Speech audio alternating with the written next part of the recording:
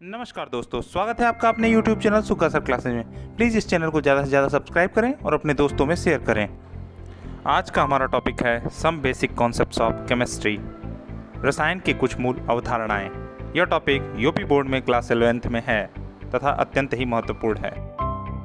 Last videos में आपने देखा द्रव्यमान संख्या, समस्थानिक, समभारिक, इनके कॉन्सेप्ट में, तो उसमें ये बताया गया आपको कि प्रकृति में लगभग सभी तत्वों के समस्थानिक पाए जाते हैं। और द्रव्यमान संख्या के कॉन्सेप्ट में बताया गया कि किसी परमाणु के नाभिक में उपस्थित प्रोटॉनों तथा न्यूट्रॉनों की संख्याओं के योगफल को हम द्रव्यमान संख्या या मास नंबर कहते हैं। और समस्थानिकों में बताया गया कि एक ही तत्व के वे परमाणु जिनके परमाणु क्रमांक तो समान होते हैं परंतु द्रव्यमान संख्या अलग अलग होती है, उसे हम समस्थानिक कहते हैं। तो प्रकृति में लगभग सभी तत्वों के समस्थानिक हैं। तो इस आधार पर एक नया टॉपिक आता है औसत द्रव्यमान संख्या, एवरेज मास नंबर। जैसे किसी तत्व के अगर 3 समस्थानिक हैं, पहला समस्थानिक का द्रव्यमान संख्या A1, दूसरे का A2, तीसरे का A3 और पहले का जो अनुपात है N1, दूसरे का N2 और तीसरे का N3, मतलब वो प्रकृति में N1 संबंध N2 संबंध N3 के अनुपात में उपस्थित है। तो उनका औसत द्रव्यमान संख्या अगर हम निकालते हैं A बार, क्योंकि अलग अलग समस्थानिकों के अलग अलग द्रव्यमान संख्या है और उनकी उपस्थिति अलग अलग है, तो इस आधार पर हम इसका औसत द्रव्यमान संख्या निकालते हैं। तो A1 into N1 plus A bar equal to A1 into N1 plus A2 into N2 plus A3 into N3 upon N1 plus N2 plus N3। तो द्रव्यमान संख्या जो होते हैं वो प्रोटॉनों और न्यूट्रॉनों की संख्या होती है जो पूर्णांक होता है, लेकिन औसत द्रव्यमान संख्या जो होता है वो आप देखोगे एवरेज है, तो एवरेज की वैल्यू दशमलव में आ सकती है। जैसे हाइड्रोजन में प्रोटियम, ड्यूटेरियम, ट्राइटियम, प्रोटियम का द्रव्यमान संख्या 1, ड्यूटेरियम का 2, ट्राइटियम का 3। प्रकृति में मुख्य रूप से प्रोटियम पाया जाता है, तो सामान्यतः हाइड्रोजन का परमाणु भार 1 रखते हैं, लेकिन हाइड्रोजन में ड्यूटेरियम और ट्राइटियम की जो उपस्थिति होती है बहुत कम मात्रा में होती है। इस कारण से हाइड्रोजन का जो वास्तविक परमाणु भार है या औसत द्रव्यमान संख्या है वो 1.008 रखा जाता है। तो ये है औसत द्रव्यमान संख्या। अब हम आते हैं परमाणु भार, एटॉमिक वेट। परमाणु भार किसी परमाणु का जो भार है, क्योंकि परमाणु का भार बहुत नगण्य होगा, लेकिन उसको किसी की तुलना में हम उसको मेजर करते हैं। जैसे पहले शुरुआत में हाइड्रोजन के परमाणु भार को 1 मानकर और ये निर्धारित किया गया कि तत्व का एक परमाणु उससे कितने गुना भारी है, उसी को परमाणु भार कहा गया। लेकिन बाद में कार्बन 12 को मानक माना गया कि किसी तत्व का एक परमाणु कार्बन 12 के 12वें भाग से कितने गुना भारी है, यही उस तत्व का परमाणु भार कहलाता है। क्योंकि कार्बन 12 का एक्यूरेट द्रव्यमान 12 है, तो 12वां भाग 1 हो जाएगा और उससे जितने गुना भारी होगा तत्व का एक परमाणु, वही उस तत्व का परमाणु भार कहलाता है। फिर से एक बार परिभाषा क्लियर रखें, किसी तत्व का परमाणु भार उसके द्रव्यमान भागों की वह संख्या है जो यह व्यक्त करता है कि उसका एक परमाणु कार्बन 12 के 12वें भाग से कितने गुना भारी है। उसके बाद टॉपिक है ग्राम परमाणु भार। ग्राम परमाणु भार, जब किसी तत्व के परमाणु भार को हम ग्राम में व्यक्त करते हैं तो उसको ग्राम परमाणु भार कहते हैं। जैसे एल्युमिनियम का परमाणु भार 27 है, तो 27 ग्राम एल्युमिनियम को हम 1 ग्राम परमाणु भार एल्युमिनियम कहेंगे। अगर ऑक्सीजन का हम लेते हैं या कार्बन का ही ले लें आप एग्जाम्पल, 12 कार्बन का परमाणु भार 12 है, तो 12 ग्राम कार्बन को हम 1 ग्राम भार परमाणु 1 ग्राम परमाणु भार कार्बन कहेंगे। तो ग्राम परमाणु भार का मतलब है कि किसी पदार्थ के या किसी तत्व के ग्राम परमाणु भारों की संख्या बराबर पदार्थ के ग्राम्य भार और बटे में पदार्थ का परमाणु भार। अणु भार मॉलिक्यूलर वेट, ये भी अणु भार परमाणु भार की तरह है।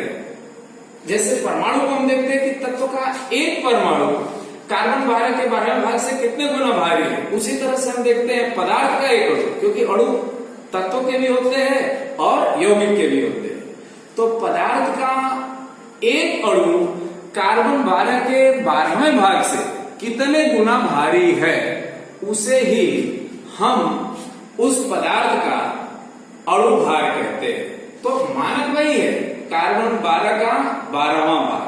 कार्बन 12 का द्रव्यमान 12 है परमाणु इकाई में, तो उसका 12वां भाग 1 होगा, और 1 की तुलना में कितने गुना भारी है पदार्थ का एक अणु, वो पदार्थ का अणु भार कहलाता है। जैसे हमारा और आपका द्रव्यमान, किसी का द्रव्यमान 65 केजी है, तो इसका मतलब वो 1 केजी का 65 गुना है। एक स्टैंडर्ड मानते हैं 1 केजी, अब उससे हम देखते हैं कि कितने गुना भारी है। उसी तरह से ग्राम परमाणु भार है, ग्राम अणु भार, तो ये परमाणु भार और अणु भार उसी के आधार पर निकालते हैं। तो अणु भार का कांसेप्ट परमाणु भार के कांसेप्ट से, और विशेष ये ध्यान लेना है कि किसी पदार्थ का यौगिक है या तत्व है, उसका अणु भार निकालना है, तो उसके एक अणु में उपस्थित परमाणुओं के परमाणु भार का योगफल, जैसे H2SO4, इसका हम अणु भार निकालेंगे। हाइड्रोजन का परमाणु भार 1 होता है, 2 हाइड्रोजन है, 2 गुणते 1। सल्फर का परमाणु भार 32 प्लस 32। ऑक्सीजन का परमाणु भार 16, लेकिन 4 ऑक्सीजन है। तो इस तरह से आप जब उसको जोड़ते हो, 4 गुणते 16 64, तो 64 प्लस 32 96 प्लस 2 98। तो सल्फ्यूरिक एसिड का अणु भार 98 आता है। तो किसी भी पदार्थ का अणु भार आप सिस्टमेटिकली उसके परमाणु भार के योगफल को, उसमें उसके एक अणु में जितने परमाणु हैं उनके परमाणु भार को जोड़ते जाएंगे और उसके योगफल को ही हम अणु भार कहते हैं। जैसे सामान्य सा यौगिक CO2 है, कार्बन डाइऑक्साइड, इसका अणु भार अगर हम निकालना है तो कार्बन का परमाणु भार 12, ऑक्सीजन का 16, लेकिन यहाँ 2 ऑक्सीजन है, तो 16 गुणते 2 32 प्लस 12 44। तो कार्बन डाइऑक्साइड का अणु भार 44 है। और ये ध्यान रखेंगे, अणु भार हो या परमाणु भार हो, ये अनुपात है, इसका कोई मात्रक नहीं होगा। और अगर हम उसको ग्राम में व्यक्त करते हैं तो ग्राम अणु भार या ग्राम परमाणु भार कहलाते हैं। और 44 ग्राम CO2 को हम कहेंगे 1 ग्राम अणु भार CO2। तो ग्राम अणु भार का यही सेंस होता है। ग्राम अणु भार को मोल भी कहा जाता है। तो पदार्थ के ग्राम अणुभारों की संख्या या पदार्थ के मोलों की संख्या बराबर पदार्थ का ग्राम्य भार बटे पदार्थ का अणु भार।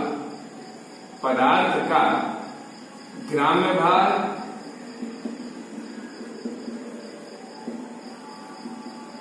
भार या द्रव्यमान केमिस्ट्री में एक ही माना जाता है, और बटे में पदार्थ का अणु भार। तो ये है ग्राम अणुभारों की संख्या या मोलों की संख्या। तो पदार्थ के मोलों की संख्या इसी सूत्र पे निकालते हैं। मोलों की संख्या को स्मॉल n से व्यक्त करते हैं।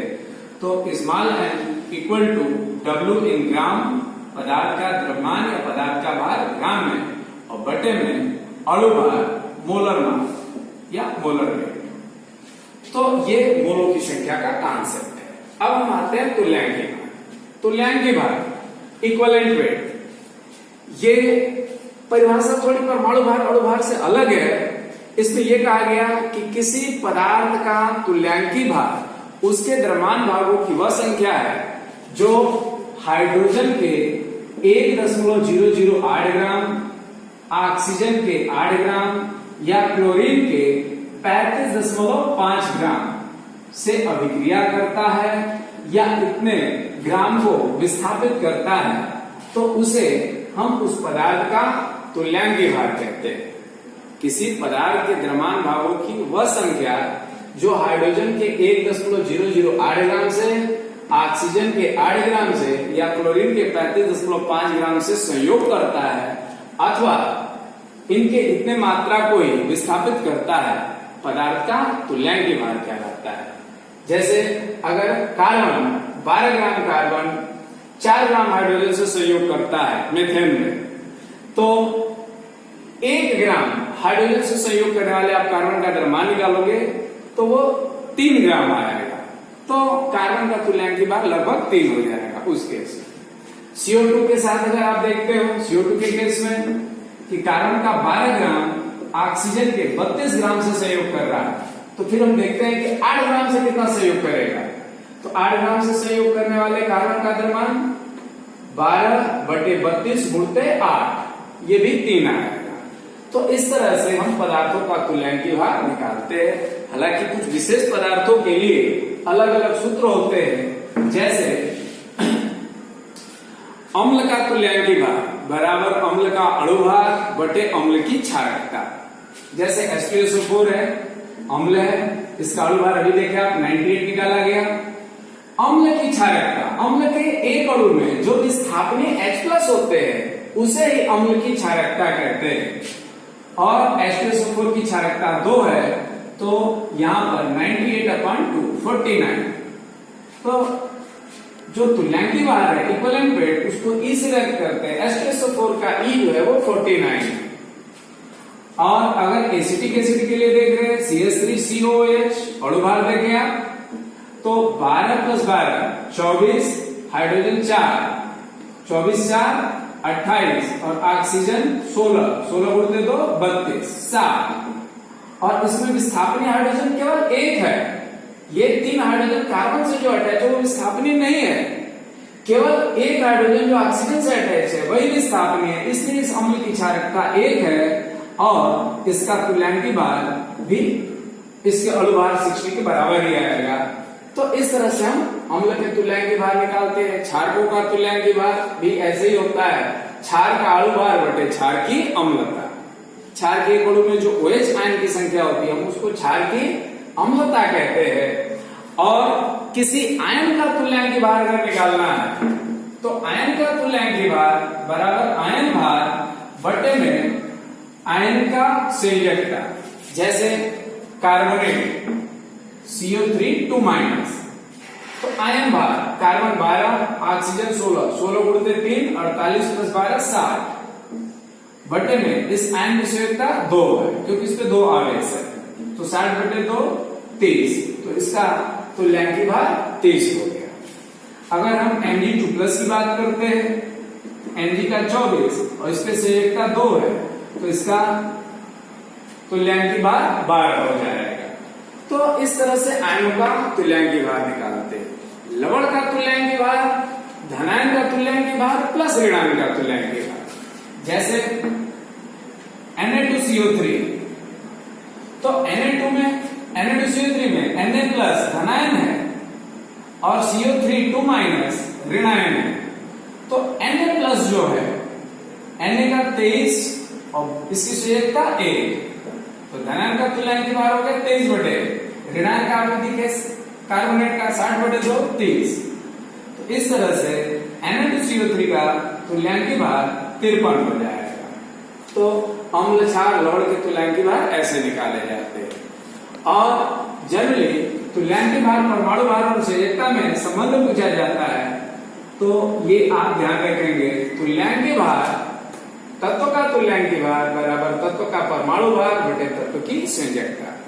एल्युमिनियम का परमाणु भार 27 है और उसकी संयोजकता 3 है, तो एल्युमिनियम का तुल्यांकी भार 27 बटे 3 9 हो जाएगा। तो ये तत्व का तुल्यांकी भार इस आधार पर निकालते हैं।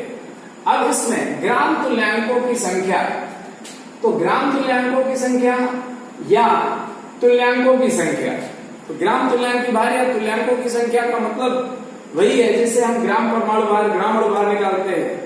तुल्यांकी भार भी एक अनुपात है, इसका कोई मात्रक नहीं होता है, लेकिन जब हम इसको ग्राम में व्यक्त करते हैं तो उसी को हम ग्राम तुल्यांकों की संख्या कहते हैं। तो H2SO4 का तुल्यांकी भार 49 है, तो 49 ग्राम H2SO4 को हम इसके ग्राम तुल्यांकों की संख्या कहते हैं। और इसके बाद रासायनिक तुल्यांक का नियम आपके ध्यान देंगे। इस ग्राम तुल्यांकों के से ही संबंधित ये नियम है, बहुत सा सिंपल लेकिन बहुत ज्यादा यूजफुल ये नियम है। रासायनिक तुल्यता का नियम, लॉ ऑफ केमिकल इक्विवेलेंस जिसको कहते हैं। इस नियम के अनुसार जब दो पदार्थ किसी भी प्रकार से अगर रासायनिक रूप से संबंधित है तो उनके ग्राम तुल्यांकों की संख्या आपस में बराबर होती है। हम मान ले रहे कि ए और बी है, अगर ये केमिकली रिलेटेड है एक दूसरे से तो वहां पर ए के ग्राम तुल्यांकों की संख्या WA/EA इक्वल टू बी के ग्राम तुल्यांकों की संख्या WB/AB। तो यही है रासायनिक तुल्यता का नियम। इसको दूसरे शब्दों में ऐसे भी लिख सकते हैं WA/WB इक्वल टू EA/AB। तो जब भी दो पदार्थ एक दूसरे से रासायनिक रूप से संबंधित हो, ये ध्यान रखेंगे उनके ग्राम तुल्यांकों की संख्या आपस में बराबर होती है। तो ये था रासायनिक तुल्यांक का नियम। Thanks for watching this channel Sugar Sir Classes. Please like, share and subscribe this channel. Thank you.